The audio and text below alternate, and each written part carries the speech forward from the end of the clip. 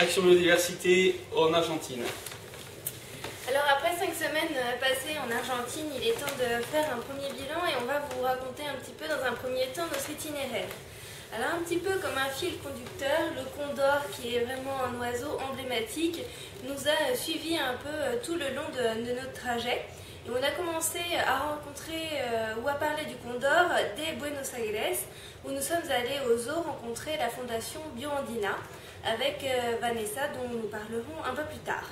Ensuite, nous sommes allés dans la région de Cordoba, Sierra de Cordoba, vers Mina Clavero, rencontrer Mika et Virginia, qui sont des amis de France, et nous sommes rendus dans le parc national Quebrada del Condorcito. Ce qui nous a amenés à la région des Grands Lacs. Et la région des Grands Lacs, c'est le début nord de la Patagonie, une région très importante puisque historiquement c'est là que se trouve une grande partie de l'eau douce, et c'était identifié comme une zone à protéger depuis très longtemps puisque c'est là qu'on retrouve les premiers parcs nationaux, le parc Nahuel Huapi et également le parc Lanín avec le fameux volcan.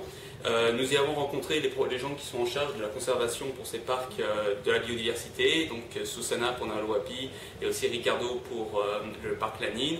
Nous avons pu mieux comprendre la problématique de la gestion de l'eau, de la ressource du bois, les différentes espèces menacées et la façon dont ils travaillent avec les populations locales mapuche de la façon comme Manero. Ensuite, nous avons continué notre chemin en rejoignant cette fois-ci la péninsule Valdés.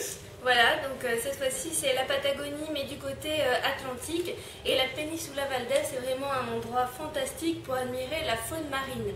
Donc les otaries, les éléphants de mer, et j'en oublie, Cormorans les cormorans impériaux, etc. Donc c'est vraiment un endroit magnifique. Ce qui nous a amené à Punta Loma, rencontrer Bouba, le garde-parc qui danse avec les orques. On a rencontré José Luis Esteves et Ingrid de la Fondation Patagonia Natural qui nous ont parlé de leur action fantastique sur toutes les côtes de la Patagonie. Et puis nous sommes allés à la rencontre des volontaires Planète Urgence un petit peu plus au sud, vers la région de Bahia Carolina. Etc. Voilà, merci Julien, Bahia Carolina. Et ces volontaires en fait sont là pour appuyer Pedro Baron, le scientifique qui étudie une espèce invasive de crabe vert.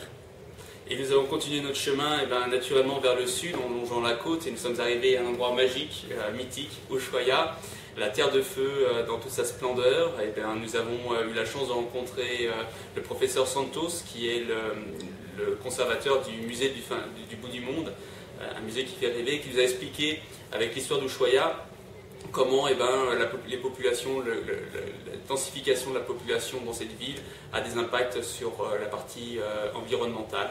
Et nous avons pu retrouver également des pingouins, d'autres types de pingouins que les pingouins de Magellan. Et nous avons été ravis de ce temps passé en terre de feu. C'est qui ne gâchait rien pour l'anniversaire de Julien. Et j'ai eu beaucoup de copains pingouins pour mon anniversaire ce jour-là, c'était super. Et puis, naturellement, quand on passe en Argentine, il y a un endroit assez mythique qu'on n'a pas envie de rater, qui est le glacier Perito Moreno. Alors, nous avons eu la chance de nous y rendre, et toujours sur ce thème de glaciers, d'eau, de ressources en eau douce, Perito Moreno nous a complètement subjugués, c'est fantastique. Et nous avons continué toujours, un peu plus au sud cette fois. Pour rejoindre El Chalten, effectivement, et tout le massif du Fitzroy, qui est le point culminant de l'Argentine, et aussi toujours cette région de l'eau douce et de nombreux glaciers. Nous avons pu faire un trek de plusieurs jours tout autour du Fitzroy.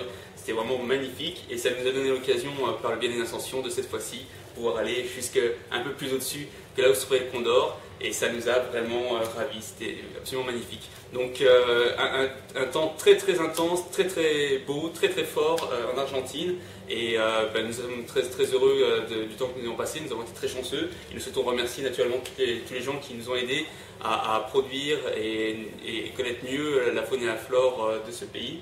Alors, dans le désordre, un grand merci à Ingrid, à José Luis Esteves, à Roberto Bouba, à Ricardo, Susana, à Michael, Virginia, Mariano, du réseau Home à Bariloche, effectivement, à la radio Larca qui nous a interviewés, et puis Et puis une pensée toute particulière à Aurore et Géraud.